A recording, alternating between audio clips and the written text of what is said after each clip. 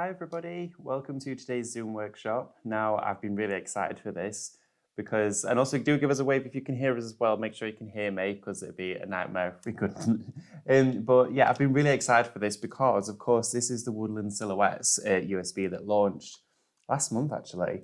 It has gone so fast, but I bought this to you and it was absolutely phenomenal. It's something that actually had been worked on for quite some time, actually over a year ago.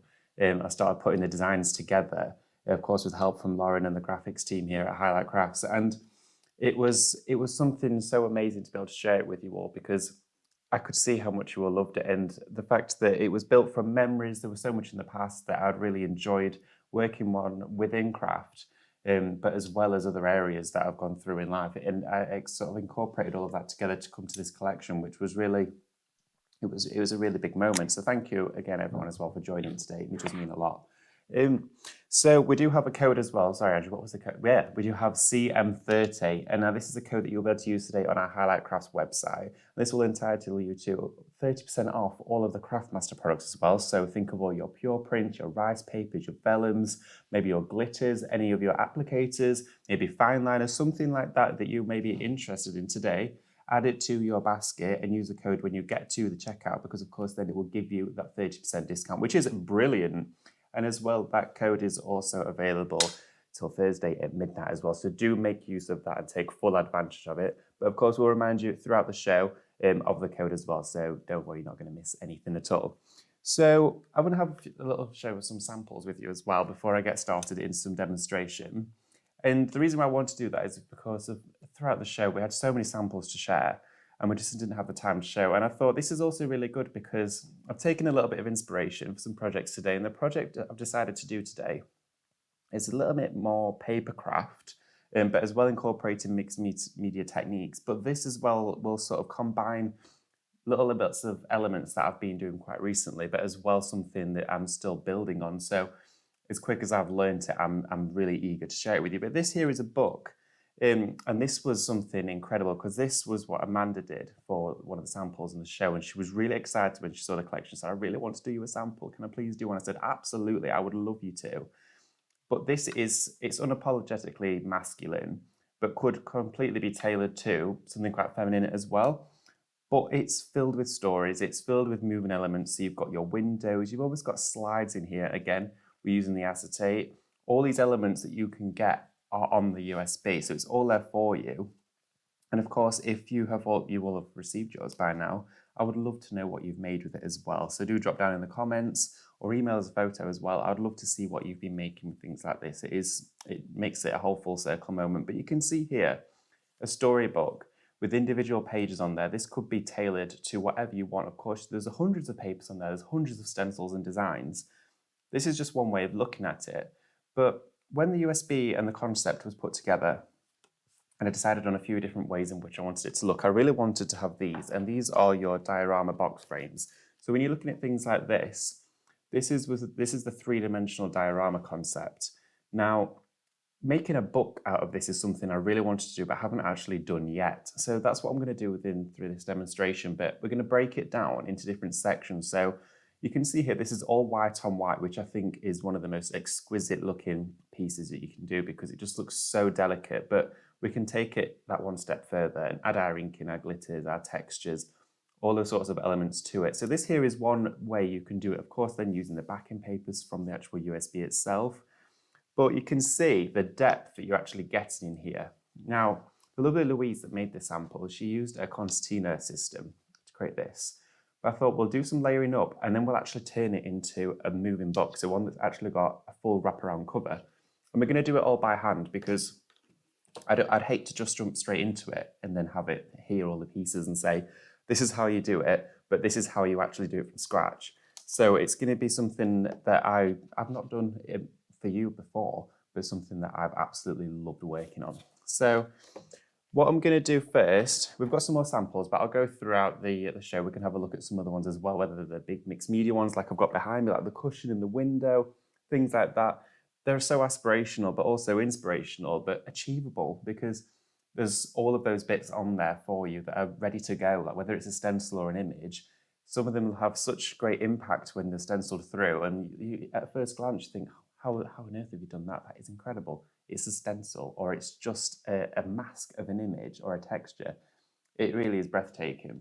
So as well, if you do have any questions at all regarding this or any of our craft products, do drop them in the chat and we'll aim to get back to you straight away. Oh, yes, and we do have a question. Is that that's from Andy, I believe. Thank you. From Monday. Thank you ever so much for your question, Monday. If you can rewatch at any point if you want to. You do get sent a code, and that's on YouTube as well. So you can go straight to that YouTube video that you get sent the link to, and there you can go straight into there and watch it. And that's exclusively for you, of course, because you've purchased to watch this video. But if you want to then treat this as a relaxed, just sit and watch, of course you can do. But then Mandy, like yourself, if you want to then go back and watch it at any point, you can do that. And that's where you can take notes or maybe even craft along at the same time. So there's no reason, if you're in a rush or maybe you're watching this on your lunch break now, you can come back and watch it whenever you want. So I'm going to take you over to Scan and Cut first, because I do have the USB actually plugged in to share with you, because I thought it'd be nice to go through a little bit on here and as well a little bit in person. So I've got my USB plugged into my Scan and Cut, and I'm using the SDX today. I'm going to go straight to our USB to retrieve our data. Now, of course, it comes up with artwork and program. Your program as well as your Minecraft Studio. Of course, the way that we put this USB together means that you do have Minecraft Studio on there for all of your papers. Of course, they won't open on our Scan and Cut because they are all of your documents, but they open up on your PC for you to then manipulate and print. But we're going to go into, let's have a look. We're going to go into our, go back there. We're going to go into our SVGs. There we go. So then what I'm going to do is I'm going to go into our circle mix and match here. Now, this is the particular file I wanted to use today. And I think the reason for that was because when you have a circular aperture with an image within, it adds almost a vanishing point. You've got it focuses you straight into the center of that circle. So for example, let's use number 6. Okay, this is a good one to use actually. So I'm going to OK this particular file, and it's now sat on our mat. Now, before grouping or editing anything of this, because these two individual SVGs are not already grouped, and that's to your advantage. So this means, of course, you could then delete one off if you wanted to. You could maybe reduce this down and then duplicate it by 4 within the frame. There's many more options you can do with the files being ungrouped. And I explained to the other designers when working on this, I said, I really want everyone to be able to have as much freedom as possible with this, because then it gives you more room to work with it. You've got more options. And I'm going to go into just edit the size, just for an example, a square here. So, of course, height and width will be the same because it is a square. So we're going to change it to 180 millimeters. And then we're going to select our next shape, which is the inner aperture here. It almost has like a slope on it, like as if it's a hill on a countryside. So we're going to select that one, and we're going to reduce that one down to 140. Now, it might sound like I've just plucked these measurements out of thin air, but what I purposely did was I did a bit of trial and error, so you don't have to. And I went through and built a few projects, and then I picked a size that I thought worked quite well. And it worked out that when the book is complete, it's about 7.5 inches in square shaped. And it meant that then changing the files to these sizes gave me those shapes perfectly. So that there is now a rule that you could set throughout each one of these. So you could save that, you could save it to the machine as an additional file because you've changed it. But each and every single one of those set to this size. If I go back to the beginning, so each one of those, I then went into that circular file, changed each one of them to those dimensions. Now, it didn't matter which design it was, which style it was, I changed all of them. So grab another one, circle, mix and match. It could be any one of these. Now, of course, you don't actually have to use all of them if you don't want to. You do have ones that you could vary and change. You could have the bear if you wanted to, or we do also have, see which one it is, we do have the stags in there as well. So you've got the trees, you could change the trees out if you wanted to. There's different variations, so you can tell a different story with it. It completely depends on sort of what your desired effect is or what you want to go for. You can see here again, we've got ones that sit more in the distance. So what I've done with this one here, I've actually cut it out. So I've got it here in front of me, and I'm going to show you a process that's really, really simple, but I've found to be the most effective. Now I'm going to take if it's just on white cardstock, this is on the pure print from Craftmaster. Again, you can use that 30% off code, which will get entitled you to that 30% discount on all of the Craftmaster items on the Highlight Craft website as well. So I'm going to take blue distress ink here, And on my glass mat, I'm just going to pick up a little bit of that ink, take a little bit off on my mat here, just so I've got a bit of control. And what I'm going to do is brush down from all the tips of the trees. Okay, so it's going to give me a really nice shadow just across the tops of the trees here. Now, at a first glance, with being in the studio with bright lights, you may find it slightly harder to see, but the contrast it gives you is beautiful. So if I hold this against another piece of white cardstock, because of course we do have a bit of blue ink now, there we go. So you can see there, that's given us that perfect blue shading, and it was that quick. But the thing is, when you do this, when I looked at that sample earlier, I'll come back to that one so I can show you. This one again, you have all those white layers, but it can be quite easy for them sometimes to blend into one another. Now, without adding any other sort of special effects or any advancement, you can separate all of those layers just by the slight brush of ink. So what I'm going to do is grab my next one here. So the next one I've got two more. We'll ink these two. And I've cut the little deer here, and we also have different sort of scenes, different variations that we can take in and out depending on how we want to build it up. So I'm not going to focus on this crescent here, the circle, because the way I'm going to build this up means that really you won't actually be able to see it apart from the very front one, the one that sits on top that sort of seals all the layers in. So we don't actually have to worry about that. But for more intricate detailed ones like this, where you've got maybe the ears or in between the legs to go around all those sorts of elements, I'm going to show you how easy it is. So again, I use a circular motion to brush into it. And whenever I dip into the ink pad, just like that, it's almost like when I'm painting.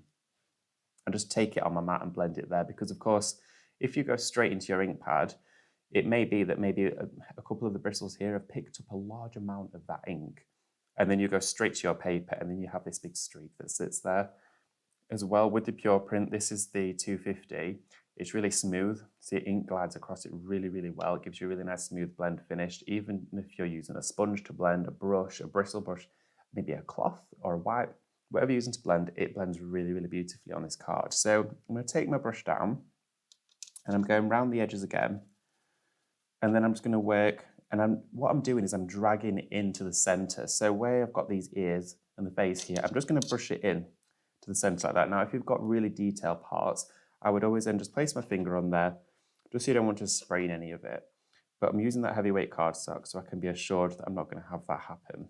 So I'm going around the edges, and it just means that now the area that's lightest sort of sits within the middle of the image now. And again, I'm going to take some just around here, a little bit of ink. Now you can make it even more intense towards the edges, and we'll just blend that out quite nicely. But once it's laid together, it just gives you that really beautiful effect of separation. Now, my last one I'm going to do, because we're not focusing on the circle, we're just focusing on any of the inside imagery. I'm just going to take my ink again, blend it off, and then because we've got a perfect circular image, I'm just going to go round it a few times, and I'm actually pushing the ink into the center. So again, pick up, take a little bit of ink off just like that, then from outwards, inwards, like that, I'm literally just dragging the ink inwards, which makes it so effective, because then you have a gradual blend and you can keep going and making it as intense as you want to. So you can see there how beautiful that looks. Just from that shading, it makes it deeper, it makes it more intense. Now this could be a hot pink colour if you wanted to. I've chosen to use an icy blue because I've gone for quite a wintry theme with this one, but all of the imagery that I've used in here, because I've cut it on the white cardstock, it means it could be spring, summer, autumn or winter. It really does not matter. Now, I'm going to just get a little wipe, because if not, I'll do what I do at home every day, and that's get ink everywhere and then spread it on the nice, perfectly white bit and get ink smudge. So I'm going to avoid that happening. So that's a little tip. Always clean up as you go, which as a crafter, I struggle to follow myself, but I'm going to try my best. So what I'm going to do is I'm actually going to glitter a few of these because I thought that would look really nice. And again, I'm using the Craftmaster glitter for this one, which means, of course, if you want to go ahead, you can use the code to get yourself some of that at a really good price, 30% off. It is really good. So what I'm going to do is I've got a piece of folded card here, and I'm using a glue pen. You could use wet glue with an applicator for this, which actually is quite a good idea. You could do that really well. Or you could use a spray adhesive if you want to mask off areas. But I'm going to go around with just a glue pen, and I'm going to go around and highlight certain areas. So I'm going over the ears, the top of the head. I'm going to go just down on the legs, and I'm not actually going to really put much adhesive in there, But you can see I'm just sort of gliding around just like this, adding little bits of glue. Now what I'm going to do, place that straight on here. Then we're going to use our Craftmaster glue for this, glitter, sorry. And I've chosen to use the one I think is called Frost. And I've chosen to use that one because it is super, super fine. Now I'm going to go over all of the areas. Now we've got two different openings to the top of this cap. I've got one that's with a really wide opening and one with the small holes, almost like a salt and pepper shaker. I'm going to use the one with the wider section because that would mean that I've got more glitter coming out before the glue is set. So I'm going to spread that all over the top here, and it uses the smallest amount, but when the light catches it, it looks fabulous. So I'm just going to take that off there, and if you can see, but then on the reindeer, on the actual deer itself, all those little elements you can see are caught, and it just edges it beautifully. So when we've actually got, it just looks so, so pretty. It's so nice. So I'm just going to do the other few just before I then clear up all the glitter, because we may as well do it while it's out. So I'm going to go around this edge here, there we go. And I'm not going to do a full circle with the glue. I'm going to leave a little gap and then a little bit in between, almost like a bit of animation shading on there, but it breaks it up and it looks rather nice. So sprinkle that over the top, take this off. Now what I usually have the tendency to do is, you can see I've got some areas there where glitter has actually stuck where I didn't place any glue. The card may have picked up a little bit of static, which is fine, but then once this is set, which probably if you're using a wet adhesive, it's about 10 to 15 minutes, just get a really gentle brush. This is a paintbrush I've not used in a very long time, but it's really fluffy. So once this is dry, I would just dust over the top. I could probably catch it just on the surface. There we go. Perfect. And now it's caught it, but all the areas I placed that glue is now really sparkly and shiny, but then just dust over it on the top, because if you start to put your finger in and start to smear it around, you'll end up pulling the glue off and it will spoil your image. So you want to keep it really nice and delicate. So we're going to just do the same with the other one that we've just done. Just dusting over there.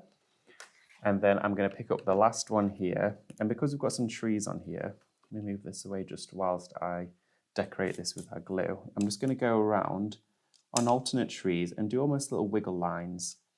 And this just looks as though the trees, the tips of the trees have just caught those touches of frost, or the first bits of snow are coming down and it's starting to, do you know when it snows and the next morning you go out and almost the surface of the snow is turned into ice? Light sprinkled dusting of snow, almost like icing sugar. It looks beautiful. So I'm going to just grab this again. Again, I'm going straight into the pot. I'm going to use this here, and then just whilst this dries, because this particular glue I'm using dries super, super quick, I'm then going to, now usually I take my time doing this, so I'm going to try and scoop it all back in. There we are. And I'm going to pop it into the pot. There we go. It's one of those situations sometimes where you feel like you need a third hand. But once I tend to use a heavier weight cardstock to do that process, because if you've got like a piece of copy paper, it can sort of be a bit flimsy. So there we go, just dust that down a little bit. There we are. Now we've got our pieces of frame beautifully decorated. Now what I'm going to do is start layering these up. Now I'm going to choose to layer them in a way, of course, that we want them to appear throughout our story. Now, as you can see here, I've started to actually build a few layers already. Now I'm going to keep it upright because I don't want to show you just yet. I want to keep it a secret. So let's open the back one. There we go. Slide that one in the front. There we go. And then take that one back. All right, so what I'm going to do is I'm going to start with our very front one, which of course has our little moon on here. And I'm going to take some foam tape. Now, Andrew, have we got foam tape on our website? I don't know if we've got any left at the moment. Let's have a look. But I'm using a foam tape. This is it's 10mm width, this one, by 3mm depth. So this is going to give us some really nice dimension. It's going to give us some lovely height into our project. So it's going to give us a really nice effect, which of course means that when you think of adding illumination, sparklers to your project, it looks fabulous. So I'm just going to go all the way around the edge, and I've chosen to actually do the full perimeter of each one of these. And of course, it makes it fully level. Now, if you were just to place a bit in each corner, it wouldn't give that really nice, perfect, crisp finish. We do have the 5mm by 1.6 actually on our website, which is 46 meters. That's the really big roll. That is fabulous, that one. So that's a really good one to go for as well, because that would do you numerous projects of this one. So if you just go to the Highlight Crafts website and type in foam tape, it will come straight away for you on there. And it's a really big ream of tape. It's brilliant. It's great, especially if you're using a lot of foam within your projects, because you're getting far more for your money with something like that. So I'm going to go around the edge, and I'm actually putting the foam tape on the back of each of these images. So I'm not placing it on the front, it's going straight onto the back, the reverse side of which we inked on. There we go. And what I'm going to start doing is on each one of them, I'm going to then take the foam tape off the back and start layering this up. Now I'll show you as well. And the reason why some of these processes I've kept to keep in the demonstration, because sometimes when demonstrating on creating craft and doing the shows, there's a few steps we cut out, and it's usually because either, of course, you only get so much time, but secondly, it may have been something that we can cover in a later show. But of course, in this is something I wanted to share with you, and it's the fact of actually be able to assemble them in the best way. So if you were to line them up like this, you're going to be judging. It's a little bit like when you're mat and layering. If you hold it up towards yourself, okay, so it's stood upright, hold them against one another like this, and then they're going to meet at the bottom like that. Now the first two are usually slightly trickier because of course you've only got two to work with, but that now means that they're layered up perfectly and seamlessly overlapping one another, and you can see how the blue shading gives that really nice separation. So now as you're building your layers, of course the actual project itself becomes more durable, it feels more heavyweight, and of course that's because we're building up all those individual elements. So I'm going to take off these bits of tape here. Here we go. And if you've chosen to use one of the designs, maybe you've chosen to use the eagle, it's maybe freestanding, maybe a really thin spindly tree in the middle, you could add blobs of foam tape or maybe dimensional glue onto the reverse of those, just so that it supports them along the way. And then we're going to take this one here, sit that one again behind. So have a look, place that one in. So now the hill just comes over the back there in the corner, so it then covers that section. So you can see how each layer has been meticulously designed and put together. So there's no area that's left blank. There's nothing where you think, oh, that sort of gap needs filling, I need to cut something extra. With every sort of slide or frame that you cut for this project, you'll find yourself getting more and more detail in every layer. And this is only one of them. This is just one of those projects on that USB. So when you're thinking of maybe doing a full set of these, you could frame each one of them and have them as decoration in your home. Now you can see I'm using my finger and thumb here and here as well, and I'm almost applying like a slight bit of pressure. And what that does is it almost evens it out. It's like when you have a pack of cards, or you've printed, or you've got multiple sheets of cards stuck on your desk. You sort of do to get them all together. I'm using my finger and thumb on either side to sort of achieve that, because of course we've got glue adhesive involved. So it sticks it together beautifully, and you can see how they're just layering up. And it looks so nice actually to have it sort of see-through like this. So you can sort of almost have it like as a window. It could be really scaled down as a spinning decoration as well. But if I flip this over, we can continue to add the layers. And I think I've chosen to add about 8 or 9 layers into this one, but of course they are built with 12 layers on the USB. But if you think about it, any single one of these, you could be deleting the inner shape or the outer shape and changing it. So of course, all the ones designed for the square aperture, you could then combine with this. You could have a frame that has over 24 layers in it, which would be amazing. So there's so many different variations of what you could do. This workshop today could technically be 24 hours long if we wanted it to be, just to actually show you the variations that you could do with it. And then when you even start talking about the papers that you've got, that's just another complete dimension with it, really. So taking off these ones again and layering up, now we've got the trees here, the fir trees. So we're going to layer these in. They're going to sit there beautifully. Now you can see it actually stands up on its own now. So you could have this as a decoration as itself. But when you look at that, that is 1, 2, 3, 6 layers that we've got in there. And that's how effective it already is. And with that blue ink shading, giving that separation, it looks like that Wonderland finish, but it is beautiful.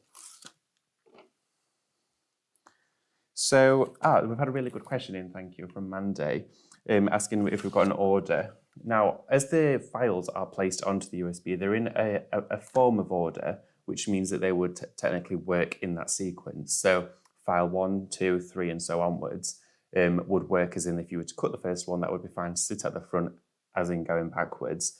And then there is a few variations. So at the end, you may have either the bear or the stag. So you could pick between the two of them. So as it is built and put together, absolutely it is in order. But what I would tend or recommend doing would be to cut all of them, or cut your favorite ones. Maybe you've seen on the USB, maybe you've got a favorite 7. So yeah, all the numbers, and then actually lay them up together and maybe build your own. So there is ones where if you wanted to, you could have sat the trees in front of the stag and had him peeping through the trees. You could have sat the moon at the back and maybe shrunk it down, make it look smaller. So you could do things like that, but of course they are then built in order for you. So you could do it if you wanted to maybe do 10 of them and you're making and selling. So it makes it easier that way. But it's a good question though, because of course I have, we did query it and say, how do we want to put this together? How do we want to build it? And it worked well to put them in individual files, because then of course it's bespoke to you. You make them however you want them to be. What I love about this is there's no strict format. You make it your own, and then it's more personal. So the last one, I'm going to put just some tape around here, because of course we just inked these trees a few moments ago. So I'm going to put some foam tape just around this edge here. There we are. And then we can go on to making our book, which I'm really excited. So set a piece on the bottom. Now I'm tearing this with my fingers because sometimes I just tear it, rip it, or if it's maybe it's going to be visible, I'll do it as a really nice neat edge, but it really doesn't matter for this bit. So I'm collecting a little bit of these strips of tape here. There we go. Take these ones off, and the last one here. There we go. Now for our final piece is our little mountain tops here. So I'm going to sit this one right at the back. Again, using my finger and thumb to line it up. There we go. So lining that up, just sandwiching it together. Now you can see all of the layers that have come together. I absolutely love it. And for me, I love anything Christmas. But just think, if you were to use different coloured cardstocks, so one like this, that's how you can make it look. That is it's a bit more rustic, the colour tones I've used, where you've got your craft card colours, but it is completely changing the dynamic of how it looks and feels. So when you're building them, we've had a really good question. I would always suggest as well, maybe using lighter colours towards the front of your project and your deeper tones. So maybe if you're doing a seascape or you're doing a skyscape, anything like that, if you've got like blues for the sky, always bring them in layers. So the lighter colours at the front, because then it looks it looks more aesthetically pleasing. It looks correct, which sounds probably the wrong word to use because nothing's really correct or wrong in craft, but it looks most sensible to your eyes, and like that colour looks like it should be there first. So any lighter tones always bring to the foreground, darker shades take to the background, because it just works well. So, but it would be interesting if you were to alternate it and maybe completely change the layers of that. I would love to see that. That's just the way I've chosen to do them. But if you maybe had ultra bright coloured cardstock, maybe even your neon colours, give it a go and see what it looks like. You could completely get something outrageous, but actually quite beautiful. So really do give it a go, whichever you like to do it. So we're going to build the book. Now, the pieces that I've cut for this, I did them by hand, and I'm going to give you the measurements. Of course, you can write this down if you want to. Of course, you can watch it back. And because our book, we cut the overall width and size of these to 180 millimeters, so 18 centimeters, which is just shy of 7 inches. That was the overall parameter and sort of width of our square. Now I've chosen to do these two squares here they are 19 centimeters. So I've got 5 mil clearance going all the way around the edge of our book. So when this sits in here, it sits really nicely. But I think in this background, before I assemble anything, we'll probably want one of these. Now this is from our backing paper selection. Now just to show you on that USB, this here is just some of those papers. So you can see how many you've got to choose from and pick. In there, there's loads. But this one really caught my eye because I love the grey tones it was actually put together in. But if we focus just on where the trees start to come in there, where we've got a little bit of dark grey here, move it around. I quite like that. So what I'm going to do is I'm just going to grab, let's have a look. Have I got a pen or a pencil? Let's have a look. So I've got my trimmer here. And what I'm going to do is I'm just going to mark this. Have a look. So I'm going to mark it just here with my scissors. I made a little snip. And then I'm just going to trim it down So this is smaller than the frames that I've cut, but the thing is I'm trying to save some paper because I don't really need to waste anything, so I can save these for other projects and things. I didn't need to make it the same size as the rest of the squares. So what I'm going to do is actually take some wet glue just from here, and then I'm going to go all the way around just the outer edge of all of our detail. And I'm going to go straight across here and then down a little bit because I think our image spread a little bit further down there. Some little bits as well on the mountains because this is going to stick to the back of our book here. There we go. So I'm going to take that backing paper that we just cut. I'm going to place that over here, flip it round and just reposition it. There we go. So that's now sealed in the back of our book. Now if you wanted to, that could have been printed on vellum and you could have lights sat behind here so it would almost give a frosted window. But for this one, we're going to keep it as it is because I'm designing it to maybe give to my niece or nephew who are very young. So the paper elements work really well for something like this. But if you're doing something more ornate or decorative, maybe for, well, anybody really, you might want to put some lights in there or anything. It'd look really nice. So what I'm going to do is go back to our squares of paper that we cut. Now I've got 2 squares and I've got an oblong here. Now I'll put my trimmer to one side. And the reason why we've got the oblong is we're going to make a spine for the book. So I thought the best size to do it would give us some clearance. And I'm going to show you the sizes I've cut the spine in. So this one here measures exactly 2.5 inches in width. And then the overall measurement is 7.5 inches. And then what I'm going to do is at 1/2 inch here, I'm going to make a score. And then 1/2 inch from the other side, I'm going to make a score as well. So I'm going to score those 2 down. So now I've got these almost tram tracks that are running here. I'm just going to fold those over and then make that a little bit sharper with our folding tool. Here we go. There we are. And then what I'm going to do is we don't need any special trimmer for this one. We're going to use our scissors. And I'm just going to taper in the corners like this. And these are just little right angles. And this has now created some tabs and it's going to create a spine for our book. So what we can do is set our scoreboard to one side. Now these are all elements, of course. You could make a template for this on your scan and cut as well as your other pieces while you're cutting it. But I thought maybe if you want to be crafting whilst it's cutting, this is a good alternative to hand, which is what I like to do. So it's sort of like crafting whilst it's getting ready. Or of course, if you want to go make a cup of tea while it's cutting, you can do. But I'm going to add some glue to this tab here. There we go. And I'm adding them to the inside of the square. Now I'm going to add this one here like this.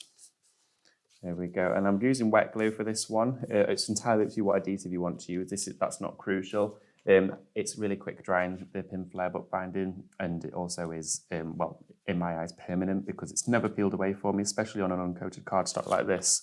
And of course it's book binding glue and we're making a book. So it seemed to be quite fitting. So I'm going to take the glue down here, put my lid back on before I forget. And then what I'm going to do is then match it over to this side. Here we go. And I'm doing it so the score line sits just shy of the edge, meaning that it overhangs, but it's going to give us the effect that this is one big scored piece. So if I fold these in, you can see now we have our book cover like that. So you can see how that's going to open beautifully, meaning this is now our aperture book. Now I want it so that, of course, the spine opens with the page like this. This could have something displayed in here. It could maybe have a bit of script or a bit of text maybe. So this is a gift for somebody. You want to write a little bit of a note or something, or you've incorporated some photographs in here. That would be perfect also. But I've got a bit of clearance in height still, so you can see as that's placed in there. You can see from above, we've still got some clearance, which is great. So what I'm going to do on the back of this is add another layer of our foam. So I'm going to go around here. There we go. I'm going to trim this off just so it's almost the same size as the square. And then we can start to make our frame to sit on the front cover. Go around here like this and bring this one down. Something really exciting as well today that I've been working on, I can share with you, which I've not told anybody else yet, is in the studio, the next rice paper collection is coming out soon. So I've been working on that today and on last week as well. And so if you've seen any, of course, the in the studio Woodland Silhouettes that we bought you, which is the one we're working on today, It was almost like a follow-up, but a build-up to a lot of the rice paper USBs we've done now. The one that we're doing next, I'm really excited to share because you're actually building your own rice papers. And it's something we've never done, something I've never been able to bring you before because we've never actually been able to build the product. But we've managed to do it now. So it completely changes the way you can craft with rice papers digitally and physically. So I'm not going to tell you all of it because you'll be able to see it very, very soon. But that's something recently we've been working on, and we've just actually finished filming the education for it. So it's not just USB with elements. You've got education, inspiration, finished. Oh, it's got everything on there. So yeah, just stay tuned for that one, and you'll all be made aware of. Well, we'll let you know when it is launching. So I'm really excited for that one. So what I'm going to do now is build the front cover. Now, when I wanted to make the cover for this, what I've got is one of our backing papers, and then I cut it so it will sit on here perfectly. And you might think there's some stages where I'm doing them and then putting them to one side. That's fine, because we're going to then bring them all in together. I found this is the best way of assembling it. I'm going to use this coloured background because I love the wood grain texture. And then what I did is I cut one on my Scan and Cut, just using a circle. And the dimensions of this circle are, let's have a look, 15 centimetres, so 150 millimetres on your Scan and Cut. And I tried to do it so it matched up with the backing paper. So almost now it's becoming visible when you make it seamless. But what we're going to do is cut into this. So I'm going to get my Scan and Cut mat here. Here we go. And I'm going to place it the right way up. So of course we want this to be the top of our cut here. I'm going to just stick that down. There we go. Now I'm going to take you over to the Scan and Cut. And we're going to retrieve some data from here. We're going to go into our USB. And we're going to go into our SVG elements. Now, of course, we've only actually explored one folder within this workshop today, but you can see just how many more you actually have to play with. So honestly, it is like free range when you're thinking about something like this. Now I'm going to use the bear. We've also got a full bear, which is the full image. It's not a bear that's had a big meal, but he's the full silhouette of the bear. Whereas with this one, we're just going to use his face because I quite like this one. It's quite, it's a very strong image, I think. So I'm going to take this particular file and I'm going to actually load in my mat first before I do anything else, because then we're going to scan it in so we can cut it perfectly onto that circle of the backing paper. That way, we're going to create an aperture on our coloured background, so it should look really nice when it's actually come out together. So if I take you back over here, I'm going to scan this through. So of course, we've started to scanning our image into the Scan and Cut, and then what we can do is resize it, of course, then fit that. So we're tailoring it again. One thing I love about this, you're tailoring it to what you want to do. You're not restricted with a pre-formed product already. You know, this is completely interchangeable. And of course, this could be any of the images. So we've got our bear here, and I'm going to change him, scale him right down. So our paper is 150. So we're going to take him, I think, to 120 overall width. So it'll give us a nice border. Let's have a look, 120. Almost there. I want to go too fast. There we are, 120. And then I'm just going to bring that over the top of that circle and move it up ever slightly. In fact, I'm going to use my directional arrows here because I'm a little shaky sometimes on my hand, and this makes it much, much easier. So I'm going to bring it around here. There we go. Try and centralize it best we can. It doesn't have to be perfect at all because, of course, this is just an aperture. It could be set anywhere because the center of our square is here, but of course, really the center of the image wouldn't be there. It's around about here somewhere, but the Scan and Cut sees this as an SVG. It doesn't see it as the bear. So what we're going to do is we're going to OK it, and we're just going to send it to cut now. So I'm going to cut this out, which should only take probably less than a minute. Yeah, it's given us an allocated time of a minute. And of course, what I love with this is that it does always tell you what time and how long it's actually going to take to cut, but as well, some of the files on the USB have around about a 20-minute cut time. Some of them have a minute cut time. Some of them have 5-6 minutes. It'll always over allocate. So if it's going to take 30 seconds, it'll tell you a minute. I'm guessing this is going to be about 20 seconds to cut out, but it's going to tell us a minute because, of course, it goes in minutes. But it always rounds up for you, so you know that exactly how long you've got until you need to come back to your machine. So it's almost cut it out now. But what this is going to leave us with is a perfect topper, if you like, for the book. So if you're into card making, you do a lot of card making or three-dimensional card making, this would be really good for you because it will allow you to actually be able to incorporate your card making skills and techniques into maybe a book making project.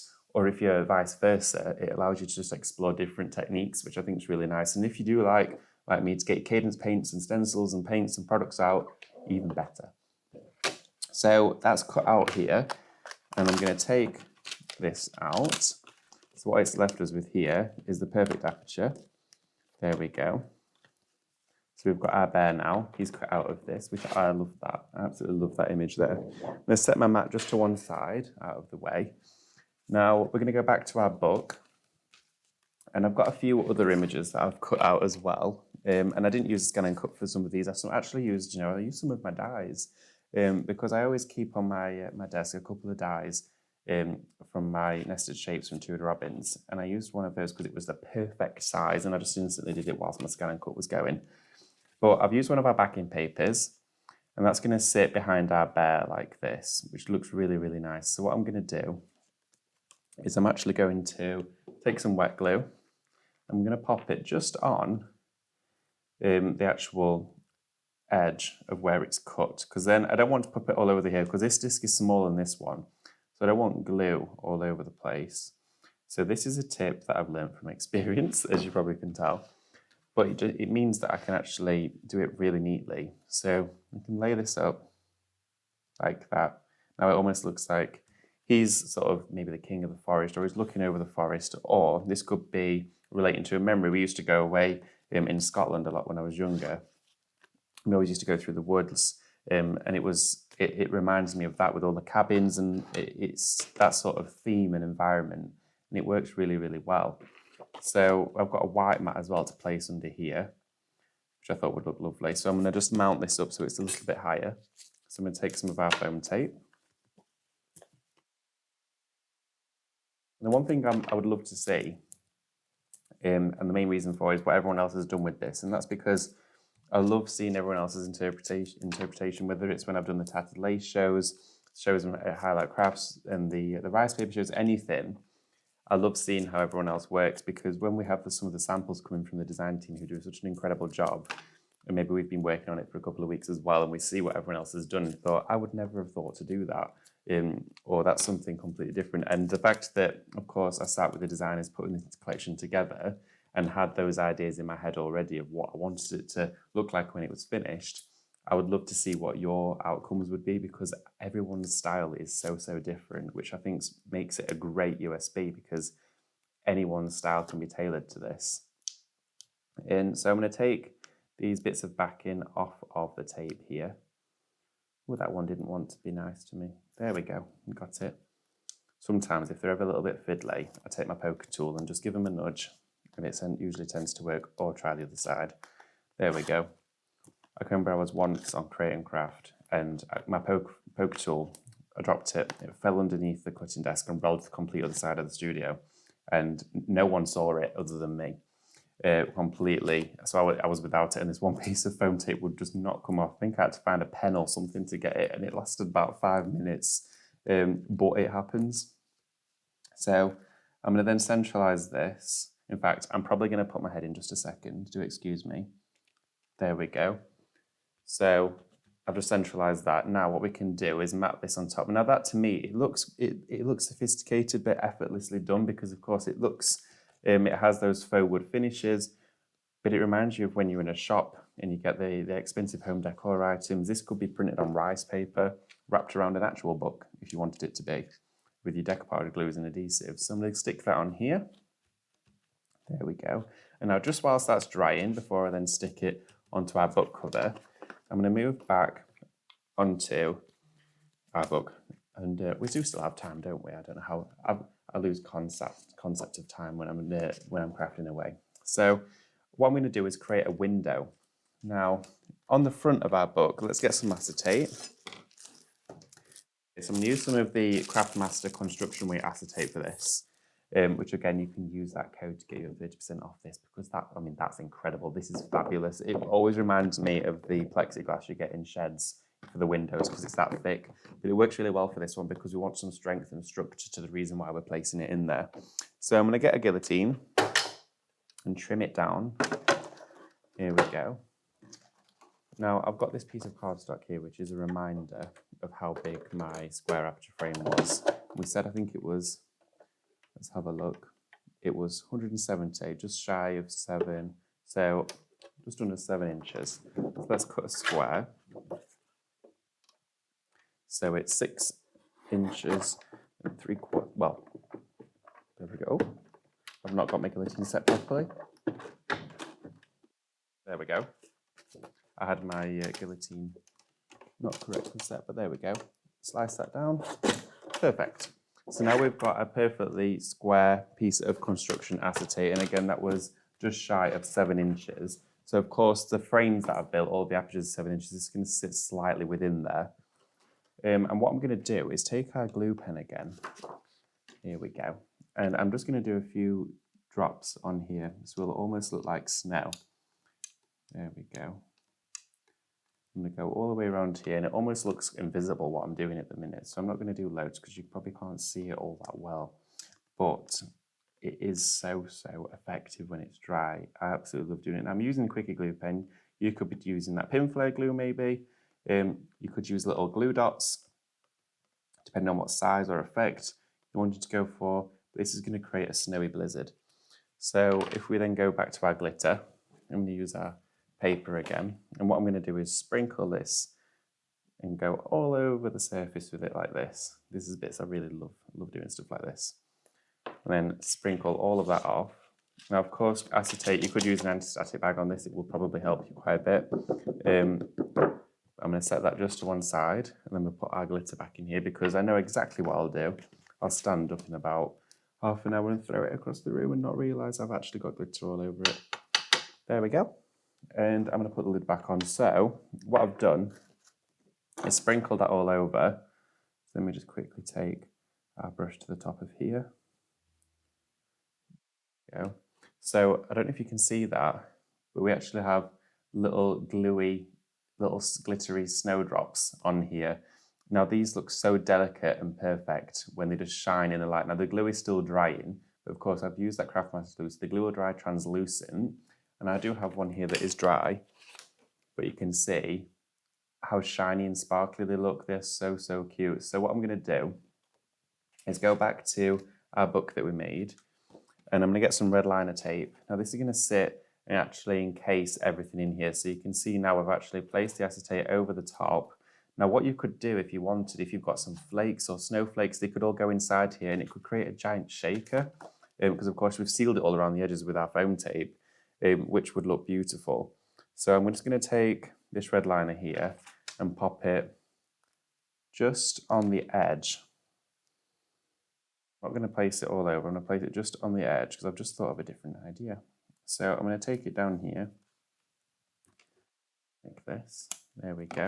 And before I actually put this on, let me get my scoreboard. So even though we're using our construction acetate, we can still score into it. So I'm going to score it at 1/2 inch down here. And in fact, I'm going to use my pokey tool to score it because it is slightly easier to score with a pokey tool because you get more strength and power. There we go. Now, I thought it would be nice to have a shaker, but then when I just saw this sheet laid on top of that frame, then it reminded me of almost a glass pane. So if we score it, we can create a glass opening window. So what we're going to do is take off that red liner here. There we go. And place that just on top of that so it sits over there perfectly. Glue that down. So now we have a glass opening to our actual final project, but then we can go a little bit further with this. So what I'm going to do is take one of our frames. Now this here is one of the silhouette images on the USB. Now this is your porthole window. So I've chosen to use this one, and then I've cut it again, but I just basically use the same size outer card frame for this, so the square, and then I just enlarged the circle on the inside, deleted off from all my objects, and made sure it sit there perfectly. So it was really easy to do. It's basically two of the same ones, but I've deleted the inner circle and replaced it with a circle that's slightly larger. So really easy to create.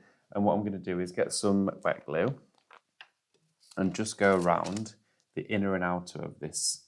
So all the way around through the inner here, like that. Then I'm going to go, missed a bit there, then I'm going to go all the way around the outer. There we are. And then just little bits in those open triangles there. So I can stick this straight onto our circular frame, like that. And we're going to do it so that the wood grain still follows all the way around so it looks right. There we go. Press that down. So that's all evenly placed on there. Really, really nice. And then I'm going to take our scoreboard again. And I'm actually going to score this one as well. So let's score it, same dimensions, round across here. So we're scoring right across the top, and I'm going to fold it a little bit so I actually do have a fold started. There we go. Fold it back on itself. So that's now sort of broken the fibres a little bit along here, so we do have this as an opening window. So I'm going to get some more red liner tape. I'm going to apply it to the frame first. So I'm actually going to use my red liner straight onto the acetate. Now the reason I'm doing that is because I find it easier sometimes to place something over the top to stick it down than having to bring that to the sticky surface. So straight down over the top, just lining it up. I always cut this as I'm going as well, because if I have pre-cut pieces of red liner, it's the best glue to use with your tape to use with your acetate. But you always want to make sure you're cutting it as you go, because if it sticks together, it will permanently stick on itself and you'll have to just get a fresh piece. So I'm going to take this off here. There we go. And then that's going to sit on here perfectly with that scored edge across here, which now means we have our opening window on here like this. You've got all of this inside, which I absolutely love. So let's just open that so we can get it used to being open. There we go. So we've actually created a storybook, and it's going to sit within a book. So if we take our big piece that we made earlier with the spine in there, we're going to actually add our front cover element onto this one. So let's get some wet glue and pop that around here. So take this, place it onto the back. So all the way around the edge. There we go. All the way around here, and then we're going to pop that and centralize it. So I've put a little bit of extra glue in the center to give me some wiggle room. There we are. Move it around there. I'm just going to firmly press on this section. So, and Andrew just made a really good point to make sure it's not upside down, which definitely isn't, I hope. So what I'm going to do is now, I've not added any adhesive to this side here because I don't want it to stick to the spine. I quite like it that it almost acts like an opening cover, not just an opening wraparound really, not just a book cover. So I'm going to take these bits of foam tape, their backing strips off of here. And I think I'll cut into some more backing papers after this just to add a few more layers. But it's going to add this on here like that and centralize that in there. There we go. So that brings that in like that, and it opens and closes beautifully because you've allowed this to sit with inside it. It's not pressed up to be the same. So you can see there how it sits inside. It looks absolutely beautiful. And then you've got all of the story element that goes inside. But I'm going to decorate the spine. So the measurements I need for this, let's have a look. So it is, so I'm going to do it 3.5 centimeters by, let's have a look, by 18.5. So I'm going to grab a backing paper, see which ones I've got here. Do have some more. Let's have a look what we've got. We've got the perfect one. So I'm going to still do it in the same direction, which was all of the wood grain going across. I'm just going to trim off these outer sections because, of course, I printed this off. I'm just going to trim these down. We said we wanted it to be 18.5, so work to the other side. 18.5, 185 millimeters, trim that there.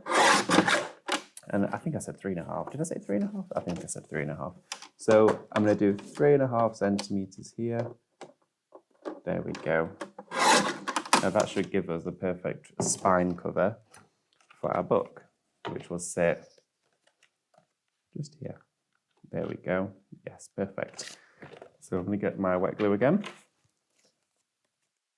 Just add this to the back. Now this is something I thoroughly enjoy, and it's not a particular projects that I used to make, I tend to lean towards a lot of projects I used to make growing up as a young crafter. But learning bookmaking techniques and more three-dimensional papercraft projects is something I'm really enjoying at the minute. But this particular collection really allowed me to do that and explore it even further. So pop that there. We could add one to the back as well. Let's see. Still got this actually, which will work really well. So let's just marry that up. And I'm just going to make a little snip here so I can see, because I'm not going to measure this one. I'm just going to snip it. So there's different ways. Sometimes when you're mat and layering, you might judge it by eye. You might get dies to do it. You might use your scan and cut to do it. You might use any different preference, but I tend to do little things like this. So it makes it really quick. So there we are. And then just trim that down as just like that. And then we're going to take the back of the book. Here we go. So it matches up really nicely with the spine that we've stuck.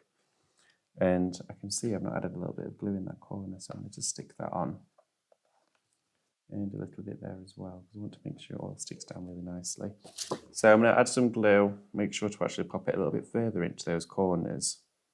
There we go. Because of course, as you're pressing down your layers, the glue does obviously squidge out a little bit. But if you sit it usually around about 3mm from a corner, it tends to be the perfect space. I think I just missed that one corner. There we go. I'm just going to stick that down there, smoothing it round. So now we've got a full opening book. Now we could even be decorating the insides of this. We've got so many different layers. Think about all of the layers and textures we could be adding inside here, like stencils, different images. But you can see there we've got our front cover, we've then got our acetate window, then we've got all of the story that's inside there, but we've actually added the porthole window on top to give that beautiful texture, to give all that depth. But this is something I've thoroughly loved building. I absolutely love projects like this, but it allows you to explore new avenues within your craft, and it's something I really have thoroughly enjoyed. So I really hope you've enjoyed it as well. And as well, we've used the glitters, we've used pure print cards, but of course anything Craftmaster that you might want to get from Highlight Craft's website, use the code CM30, and of course that's going to give you 30% off all of those. So when you go to checkout on the Highlight Crafts website, add that code when you've got your basket full with all of the things that you want, and it will take the discount off those Craftmaster selected items as well for you. So I would definitely be taking advantage of that, even if it's just the glitters you want to go for, or maybe if it's just something you want to stock up on some paper to print your backing papers, or maybe it's the rice paper. You want to have a go doing something a bit more mixed media, home decor, give it a go, honestly. Whilst it's got that discount, it's a really good saving. But thank you so much, everyone, today for joining me. I do really appreciate your time, and I really do hope you've enjoyed it. If you've got any pointers or anything you'd like to see for future ones, maybe some ideas, please do give them forward. But I'd love to hear all your feedback and your samples as well. If you've made anything, any projects at home or gifts for anybody, please do let me know. I would really, really love to see them. You can find me on Facebook at David Waite Crafts, or you can follow us as well at Highlight Crafts on Facebook. And that's where you can get in touch with us, see all our social posts, see what shows are coming up, maybe some workshops. Of course, all the photography of our beautiful samples from the design team as well are on there, so you can see exactly what we've got coming up later in the week on Creating Craft or here at ourselves. So take care, everybody. I really appreciate you joining me, and I'll see you next time. Thank you very much.